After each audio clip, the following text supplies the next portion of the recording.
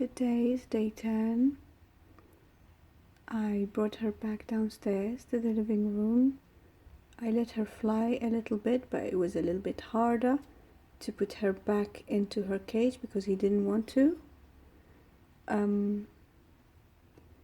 So I had to make her step up on the stick on her perch, but she wouldn't.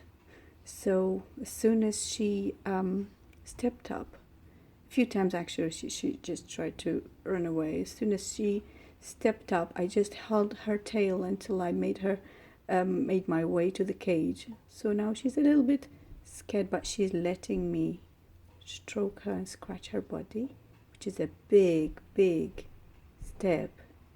Don't know if she wants to go on my finger, but I'm just kind of making big progress from day 7, and I'm very optimistic that we're gonna make it at the end.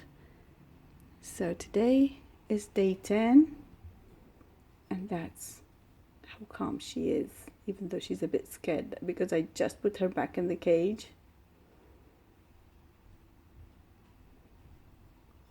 So I'll keep you posted. Thank you. Bye.